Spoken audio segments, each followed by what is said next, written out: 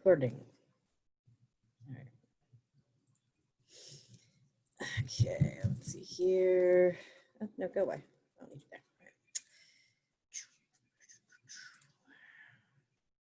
All right. So, heat-related environmental emergencies and burns. And I've done it in the bright orange color because that's the sun. All right. So, when we talk about heat-related illnesses, it's basically defined as an increased core body temperature resulting from inadequate thermolysis, which is your body's natural heat loss mechanism. So your blood circulates throughout your body all day long and you release heat. That's how you maintain that lovely nice temperature. Okay. Hyperthermia is what we call an unusually high body temperature, specifically your core. And basically, there's a heat transfer from the external environment. Your body can't compensate for that. So you become overheated. Does anybody happen to know what your internal body temperature should be?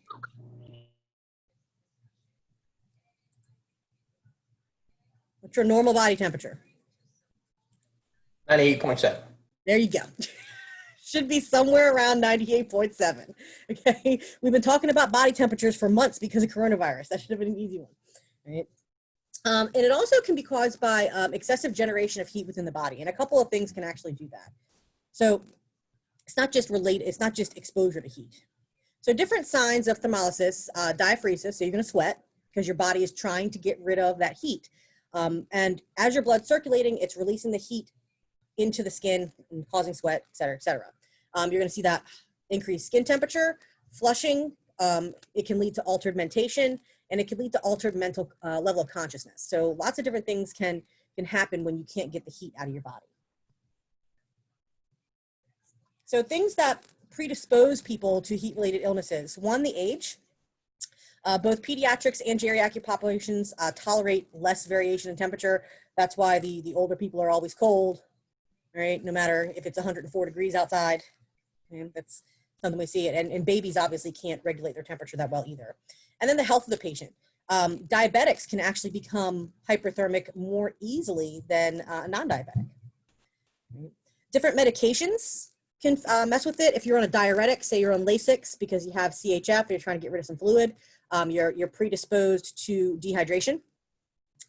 Beta blockers like metoprolol can interfere with vasodilation, which means your body isn't circulating the blood as effectively. So you're not, the volume of blood isn't getting circulated as quickly because the veins aren't dilated, right?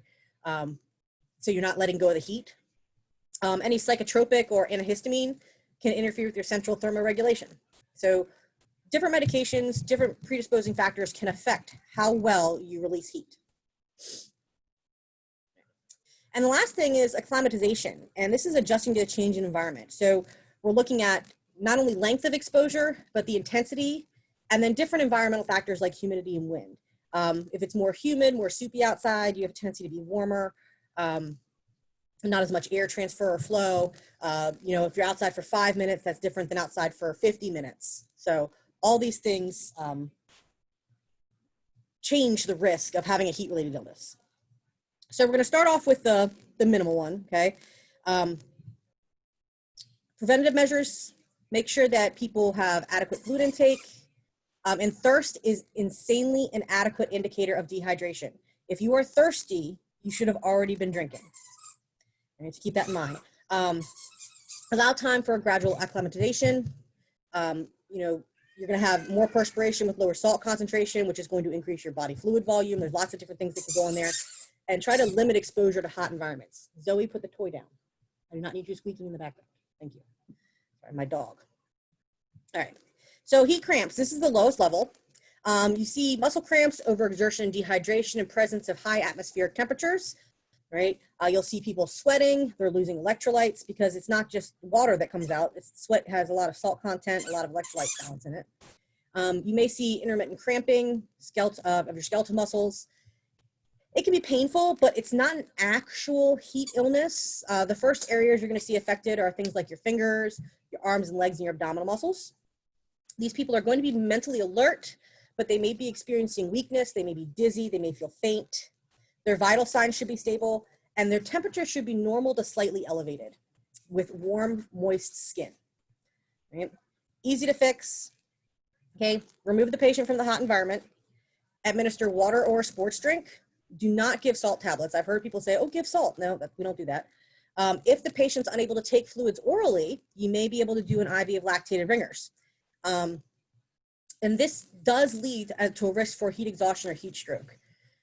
I will say that if they are the best way, the quickest way to rehydrate somebody is actually not through an IV, it's through your own gastrointestinal tract.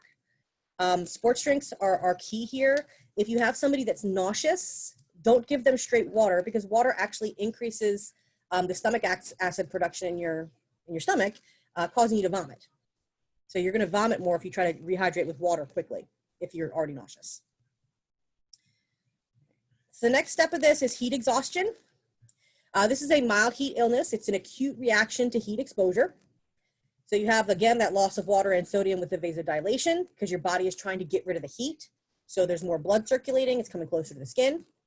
You're going to see decreased circulating blood volume as this progresses. You're going to see venous pooling, reduced cardiac output, because everything's getting too warm. Dehydration, electrolyte loss will account for all your signs and symptoms that you're going to see with this. If it's not treated, it will turn into heat stroke. So you're also going to have this increased body temperature, skin cool and clammy with heavy perspiration. So notice that difference. Heat cramps, you have warm, moist skin.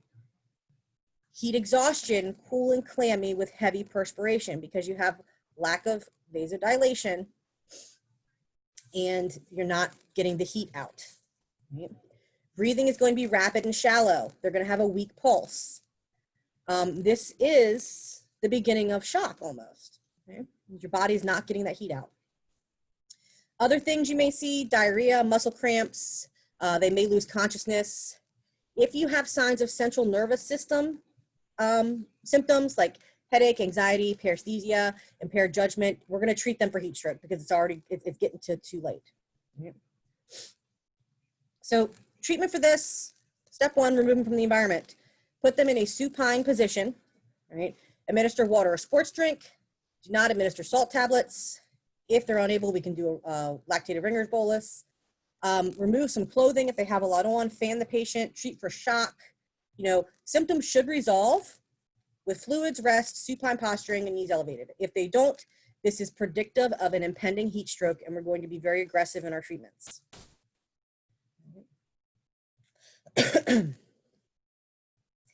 And you can actually become and get heat exhaustion in the winter when it's cold outside. People overdress, they stay outside too long, and they have on too many layers of clothing, preventing them from getting rid of the heat in their body.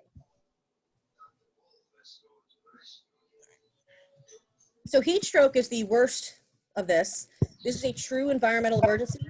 And basically your hypothalamus has stopped regulating temperature loss. It can't do it anymore. You're starting to get cell death, damage to your brain, your liver, your kidneys. You're going to see a temperature of at least 105 degrees Fahrenheit or 40.6 Celsius for anybody that likes Celsius. You're going to see lots of central nervous system disturbances, headache, anxiety, paresthesia, impaired judgment, psychosis, all come with this. And they are not going to be sweating. So they're going to go from having cool, clammy, moist skin to hot skin. And it's more than likely going to be dry. And that very high core temperature. You're also going to see deep respirations, shallow, rapid at first. They may later slow down as this progresses. You may have a rapid full pulse, which may slow later. You're going to see hypotension, and you're going to have low or absent diastolic readings. Does anybody know the trigger point for when you lose your pulse in your wrists for your blood pressure? Isn't it about 90? Less than 90 systolic, you're going to start losing the ability to find a pulse in the wrist. Right. You're going to see some confusion, some disorientation, eventually unconsciousness, and they might seize. So this is really, really true emergency. We're going to be very aggressive with these patients. Causes. Again, those predisposing conditions can be age, diabetes, other medical conditions, exertional heat stroke for people that are really in good health, but they get that increased core body temperature caused by overwhelming heat stress from being outside, exercising too much. If the heat stroke is from exertion, they may actually go into a severe metabolic acidosis. So going back to what Andrew talked about a couple weeks ago with capnometry, what would you expect to see? Anybody remember? Wouldn't it be high? I don't know, Andrew. What would it be? I would expect it to be low, because as we talked about, I don't want to steal your thunder here. No. But when the body detects acidosis, it tries to compensate by blowing off CO2 through the respiratory system. It's not going to fix metabolic acidosis, but it is going to lower the CO2. So you'll typically see lower end tidal CO2 values. Yes. That's why I called on you, Andrew, because I know you would answer it right. Right. And you can also see hyperkalemia, which is excessive potassium in the blood. And that's a result of that electrolyte shift that you're seeing because of all the sweating and the dehydration and stuff that goes along with this. So how do we treat it? First thing, we remove the patient from the environment. Rapid active cooling. We don't want to overcool them, but we want to get their body temperature dropping as quickly as we humanly can. If they're hypoxic, we're going to give oxygen. Fluid therapy. If they can swallow, you can do it that way, but most of the time when you see these types of patients, they can't because they're already starting to drift in and out of consciousness. So we're going to do a large bore IV with some good fluids. I'm going to monitor their EKG. We're going to avoid vasopressors and anticholinergic drugs because we don't want to upset that nice balance. And we're going to monitor that body temperature. You guys ever, so when you have a hypothermic patient, so somebody that's too cold, how do we warm them? Slow or fast? Slow. Whoa. Slow, because any jolting of that system can cause them to go into an arrhythmia, right? Heat stroke, totally different beast. All right, if you've ever watched a Marine Corps marathon, at the end, they have these giant pools filled with ice water. These people will get exertional heat exhaustion, and they will, with no mercy, dunk these people in ice baths to rapidly cool them to prevent them from going to heat stroke. So we can cool someone down a lot faster than we can warm somebody up. All right, so here's some partial thickness versus full thickness burns. So this is a good blistered one. And this one here, you see that these are, because of the swelling, this guy here actually had what's called an escherotomy. When people that have large burns like this, they will go in and surgically slice the skin to allow for the body to naturally swell. It's better than the skin ripping. So you'll see this a lot in third-degree burns that cover large areas. And you can see that he actually had it gone down his torso and on his arm over here because the swelling was that bad. This is an explosive burn. This guy was playing with something he probably shouldn't have played with. All right, these are third-degree burns, and I can't really tell if that's bone or tendon because tendon can look white too. But needless to say, it's not happy. Okay. All right, so determine the body area affected. Face, hand, feet, joints, genitalia, circumferential burns have particular consideration, right? Facial damage and scarring can be very socially debilitating, so we really want to help these people. So where do we transport burn patients to? We can go to shock, can't we? Or MedStar? We're the Or burn Washington center. Hospital Center. Hospital center, shock trauma, all right? What if they're on the hands? What if they're circumferential to the hands? A burn. Hand center. Isn't there a burn institute also, Jamie, in Baltimore? There is. It's actually, shock trauma it's actually Hopkins is the burn center. So would we take someone that has burn injuries to the hand to Union or the hand center, or would we go to a burn, or would we just skip it and go to like Washington Hospital? So Consult. I would consult with both. Gotcha. Because if they had like an M80 firecracker go off in their palm and their fingers hanging off, they're probably down at Union Memorial, right? But if they touch the wrong end of a sparkler and have some really nasty burns on the palm of their hand, they may take them to MedStar. I'm sorry. Is it Union or then United? They're both U names. Union Memorial. I thought. Yeah. Okay. Is that any hand injury or both? Well, actually, any hand injury, that's the hand center. Right, Um, right. Somebody cuts off their digits, then, that's where they want to go. But we're always going to consult in with them. All right. So serious burns and scar tissue can make thermal hand injuries and foot injuries debilitating. That's why we want to make sure we get them to the right place. Areas underneath the burn can be drastically compressed as that eschar forms. That's that black hardness across the top when you see those full thickness burns. And we're going to make sure that we reassess distal circulatory status whenever we have burns on the extremities to make sure that the blood is still circulating because of that swelling and compression that can happen. We're obviously going to treat any pediatric or geriatric patient with large burns as a higher priority. Looking at massive fluid loss, heat loss, infection, and we're always going to make sure to categorize our patients as being minor, moderate, or severe to the burn. We're going to reassess every 15 minutes for minor burns and every 5 minutes for moderate or critical burns, or more if needed. Look for early signs of hypovolemia and airway problems, monitor lung sounds, again, distal circulation with sensation, and look at their EKG for abnormal readings. So what do we do for these burns? So local and minor burns. Use local cooling to treat minor soft tissue burns involving partial thickness injury and small proportion to body surface area. So say we spilt some bacon grease on our arm, we got a little blister. All right, we're gonna use cool water. It's the best thing. Doesn't even have to be sterile water. It can be water from the hose. I don't really care. We're not gonna put anything on it, right? Regardless, people are gonna be like, oh, put butter on it. Go get some aloe vera, right? We don't, yeah, I've actually had somebody tell me put butter on a burn. Are you kidding me? So, I mean, do they want Land O'Lakes or Country Crock? I mean, I don't know. Cool water is what we use to cool down burns, and we leave it on there until the burn pain goes away, right? We're going to remove any clothing or jewelry that might act to constrain that edema. So anything that's going to, will be affected by swelling, we're going to take off. Again, distal circulation, provide comfort and support, and we are going to cover the burns with clean, non-adherent dressing. So not your regular gauze, non-adherent dressing, because if it blisters, when you get to the hospital and they go to take that non-adherent dressing off, it's also going to take off the skin, and you're going to have a very upset patient. If we don't have non-adherent dressings on the ambulance, just throw a sheet, pillowcase, something. But don't put regular old gauze. I mean, the ABD pads are non-adherent, so you could use those. But Like the 5x9s or like the trauma pads will work. yeah, as long as it's not like the Jamie? cloth.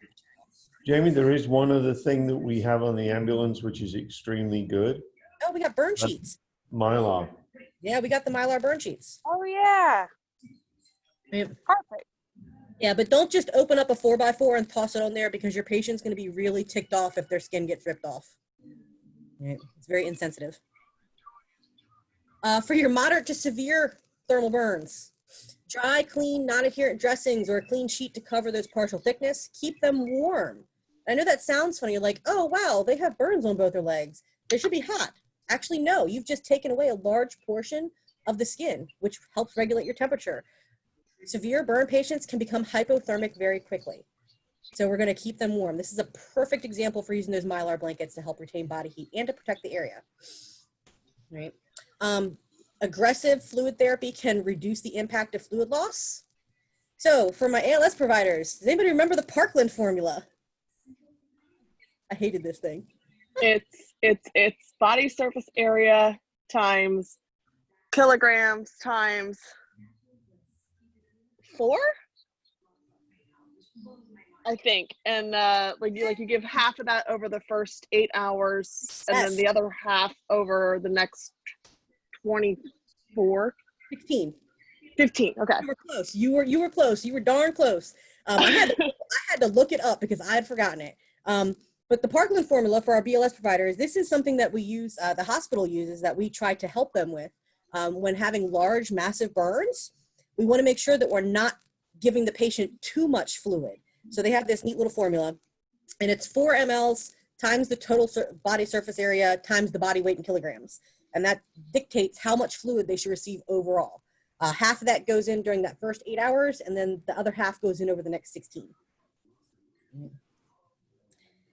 Yay, Caitlin, you get a cookie.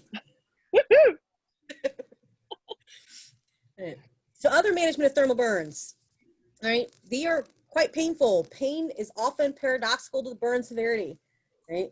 So we're going to provide patients in severe pain with narcotic analgesia, all right? So which one would you pick for a burn? Toradol, ketamine, or fentanyl? I'd say fentanyl, hands down, Okay. or Say not possibly bad. ketamine, depending on if they're in shock. All right. What's your dose?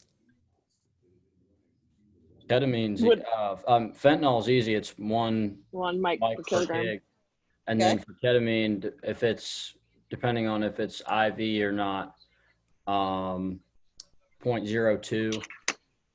So basically 20 milligrams IV or 0.05 milligrams per kilogram if it's IN or IM.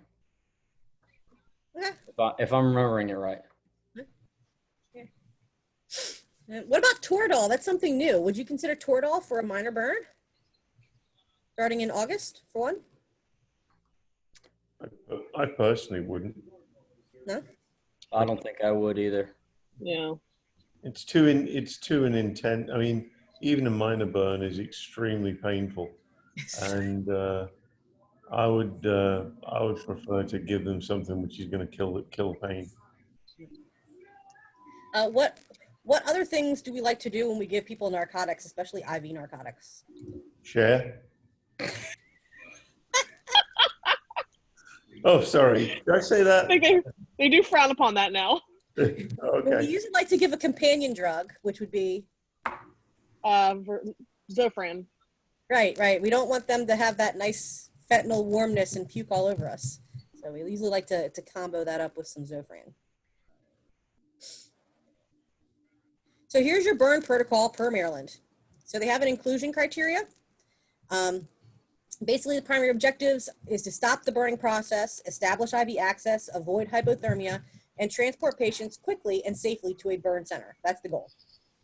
So large burns, greater than 20%, facial burns, and significant smoke inhalation often require endotracheal intubation and mechanical ventilation during the resuscitation and care during the first few hours. Okay. So pre-hospital tracheal intubation following acute burns is generally unnecessary unless there are signs of respiratory failure. Pediatric airways are smaller than adult airways and require frequent and thorough assessments. Right, intubate as necessary. So indications for referral to a burn center. All third-degree burns, automatic. Second-degree burns, greater than 10% of total body surface area. Any burn to the face, hand, feet, major joints, genitalia, or peritoneal area. Any electrical burns, including lightning or contact with a high voltage greater than 120 volts. Suspected inhalation injury of toxic smoke. And any circumferential burns involving the extremities or torso. All right, and those can actually be transported to your chemical burns. The last thing here can be transported to the closest appropriate hospital for decon prior to referral to a burn center. And that's the only time you can make that that call there. Okay, so I got a pop quiz question. If you have a patient with a chemical burn, can you call a helicopter and get them medevac? Absolutely not. If Why? they've been decontaminated. Depends Because on they the chemical. cannot contaminate the flight crew. It Right. is just. Yeah, I mean, it's- you could have the helicopter land at the hospital, decon the patient at the hospital, and then put them on the helicopter. No, they don't get creative.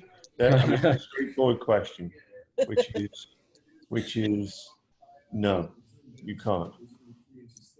The hospital want to call something later because they've deconned, that's fine. But from our point of view, the answer is no.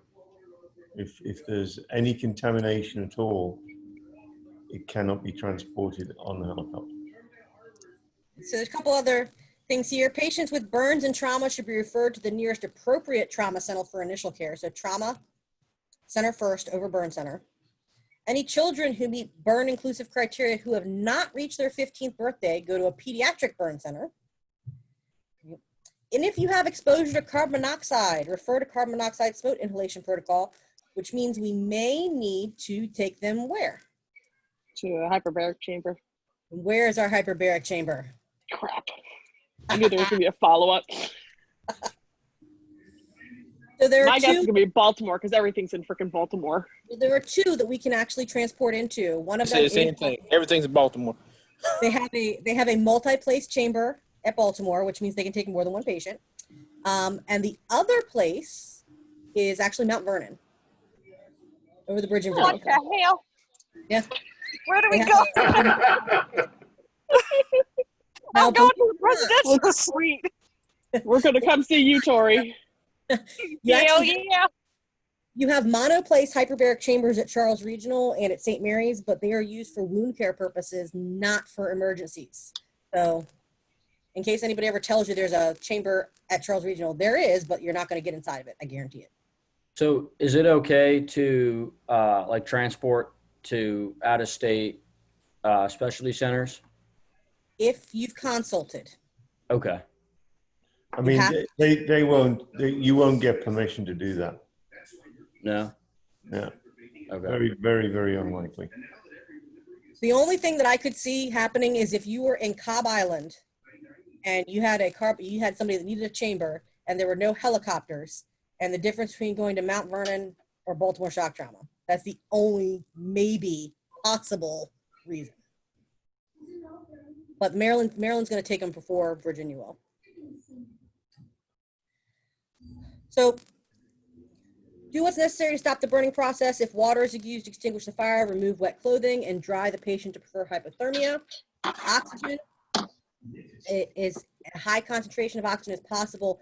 And remember, if you have somebody that came out of a house fire, your pulse oximetry is not reliable in the presence of carbon monoxide or cyanide exposures. So that's why we have that lovely capnometry, is a better indicator of how your patient is doing if they have carbon monoxide exposures. So, pop quiz, why is that? Why can't you use a pulse oximeter? Because pulse Because- oximeters measure the amount of gas attached to your blood cell, not the amount of oxygen attached. I got this one. So I want to feel smart. so the what was the question again, Tori? I think I know exactly what It the was question why don't you want to use a pulse oximeter on someone that's been in a house fire that could have carbon monoxide poisoning? Okay, so carbon monoxide binds with hemoglobin. Normally, oxygen bonds with hemoglobin to create oxyhemoglobin, which is why why you get red blood going through arteries, because it's oxygenated. Carbon monoxide creates a much more attractive bond to hemoglobin and creates carboxyhemoglobin. And it's about 10 to 100 times more affinitive to hemoglobin. So one of the things that happens when carbon monoxide bonds to hemoglobin is you get carboxyhemoglobin, which is much more stable and won't release the hemoglobin back to transport oxygen. However, it's bright red, cherry red. So you can get a bright pink patient. Your O2 sensor, which works on the wavelength of light passing through the skin, is detecting a nice bright red color. But that bright red color is formed by carboxyhemoglobin, not hemoglobin, bonded oxyhemoglobin. And that leaves you with a very stable, non-oxygen transportable bloodstream. And the reason why hyperbarics works to fix that is because when you apply pressure with oxygen, that intense pressure breaks that carbon monoxide bond and allows for the body to absorb all the oxygen, because you actually oxygenate the plasma and the tissue in addition to the red blood cells when you put them in a pressurized environment like that. It's an awesome thing to watch. It's an awesome thing to do, but very dangerous at the same time. So you gotta be trained. It's particularly one of the areas where you get that happening, which isn't a fire-related issue, is in diving injuries, where some yahoo who was pumping the cylinders happens to put the exhaust very close to the air intake on the compressor. So you're now feeding pressurized carbon monoxide into a diver under pressure. And they look great, but they're dead. Hyperbarics is also good for the bends, which is where you return to surface too quickly and don't get rid of the nitrogen.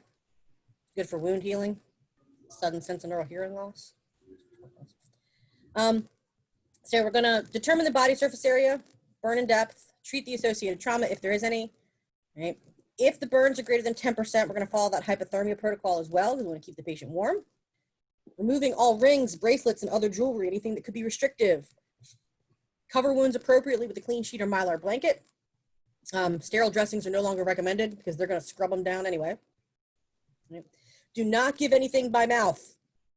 Do not place ice or ice packs on any burn area. Right.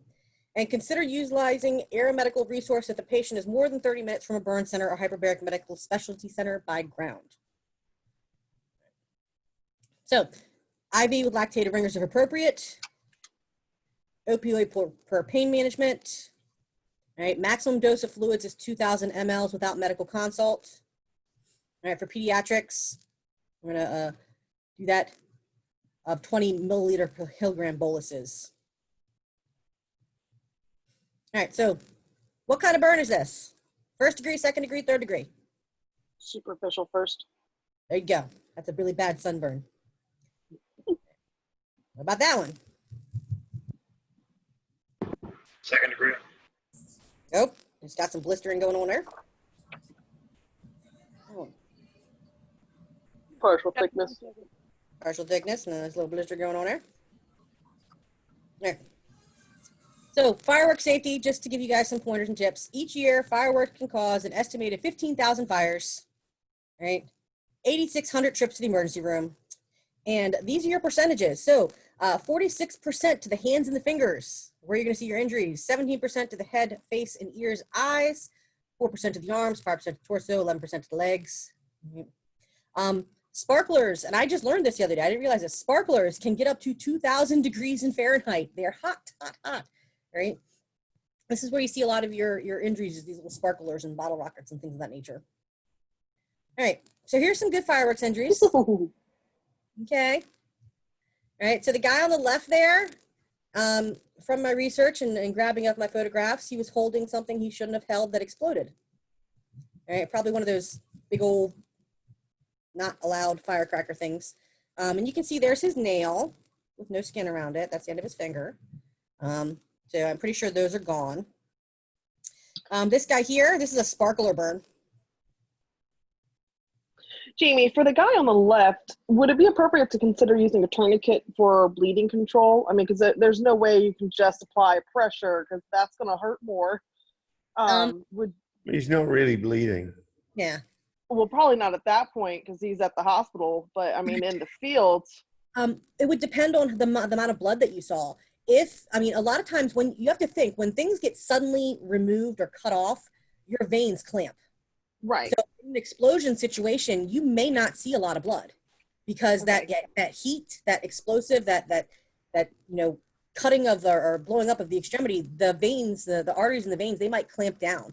So They could have been cauterized too. exactly. So I mean, maybe taking a towel and wrapping it around and making like a little sock or something. I don't know. But if he is bleeding, you can't control it. Absolutely, a tourniquet.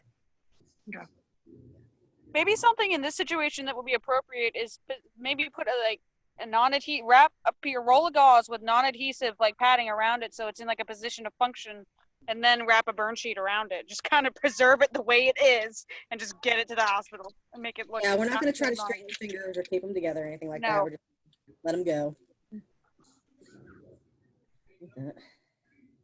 Any questions on burns?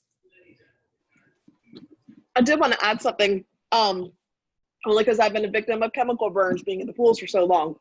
If you have somebody who has a liquid chemical burn, take off their clothing. Yes. I've been burnt from the right side of my face down into my left foot because that chlorine sloshed back. I rinsed myself off, and then like a couple minutes later, it was still burning. It was really, really warm, and I forgot, oh my God, my clothing soaked all of that chlorine. So if you do come across somebody with those liquid burns, especially at pools or whatnot, make sure that once you've rinsed them off, also either rinse off that clothing, keep it soaked, or just take it off if you're transporting, because it'll continue to burn them. Oh, absolutely. I've gotten chlorine burns before. They are no joke. No, and they sneak up on you too. Right? Also, if you have an unknown chemical, or ask the people around what it was, if you can figure it out, and you want to check your material safety data sheet to make sure you can actually apply water to it, because believe it or not, there are some chemicals that are combustible with water. Right, that's Okay. true. Got another pop question. Which is more serious, an acid burn or an alkali burn? Alkaline. Alkali. Right. Your alkali burns are much more serious because they will do far more damage, right? And I mean, both are painful, but the alkali burn will continue to burn and isn't going to stop. Whereas the acid burn, when it runs out of anything water-like, is going to slow down and stop. Both of them should be flushed off. How about if it's dry powder? Brush it off. Brush off with Brush the off, glove, yeah. dry glove. Do not try to wash it off, because whatever it is could react with whatever with the water that you're using and cause a problem that's much worse, because the reason they're burning is that the dry powder is reacting with their sweat. And what you're going to do by putting water on it is give it much more fuel. How about ultra low temperature burns? Yeah, definitely. Like, What do you think? What do you think about those? What sort of is it a burn? We call it a burn. yes, Is it's it a burn. Yeah, Right. So Burn. if Thermal you've burn. got Be it low or liquid high. nitrogen, liquid oxygen, Yep. if you've got something that's, you know, in the minus hundreds, and you've got somebody who's accidentally spilled, and you can find it all over the place. So a nice restaurant, they have liquid nitrogen cylinders, which they use for, you know, when you get the smoke effects and things like that with stuff coming out. And you know, it'll come out and you've got smoke coming over the edge of the bowl. That's liquid nitrogen or carbon dioxide. But even a carbon dioxide burn, if they were using solid carbon dioxide, will do enough vascular damage that it's effectively doing the same thing as a burn. So burns are not necessarily just from hot stuff. actually, lasers are a big one for burns too. Lasers, we work with lasers all the time. And it doesn't take every much of year- wattage. Yeah, every year I mean- you do a laser print every year, right? On your retina. Me? You do that? I know I have to do that. Yeah, I do. So Also, I mean, every year we go and get our right. retinas checked and a photograph taken of our retinas to make sure that we haven't got any. We've got a baseline for laser cuts. And a 1.5 watt will give you a nasty burn. And Yeah. then, of course, you get into kilowatts. It's unreal. Yeah, we're using Also, Jamie, lasers. Liquid I was going to nitrogen mention, actually resembles. also pool chemicals. Hey, it's not just chlorine will burn you. There's a lot of other chemicals that will burn you and Oh, yeah. keep burning you. I know that we use a non-chlorine based in our pool, and it'll get on you and you won't feel it right away, but it'll burn the crap out of you. And just a little splash like you splash it up in the water. Mm-hmm. Yeah, I know for a lot of the your maiden pools for public access, the main chemicals that are being used is muriatic acid, sodium hypochlorite. They also have powdered version of these things. It's powdered and liquid. Almost all the chemicals that go into the pool are alkaline based, with the exception of your muriatic acid and your carbon dioxide to make carbonic acid. We actually use peroxide in ours. That's very strange. I want to know more.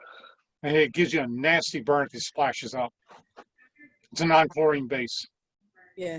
So just to give you an example, I don't know if you guys have ever seen severe frostbite, but that is technically, it's going to be treated like a burn. Right. And this is what will happen if you get liquid nitrogen.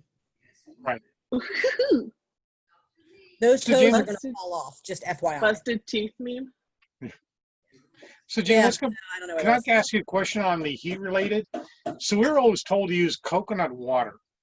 Nope. I mean, that was in the EMT class. They told you to use coconut water. I never, to me, That's Maryland, good to replace electrolytes. you can drink it.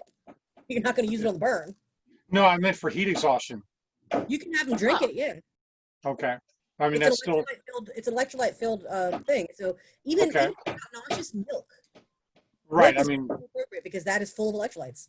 I can tell you if I was in heat exhaustion, I'd drink milk, I'd be blowing groceries. Big time. Yeah, it's just if they have the slightest bit of nausea, just try not to give them water unless you absolutely have Right. to. Because it will Right. make them puke.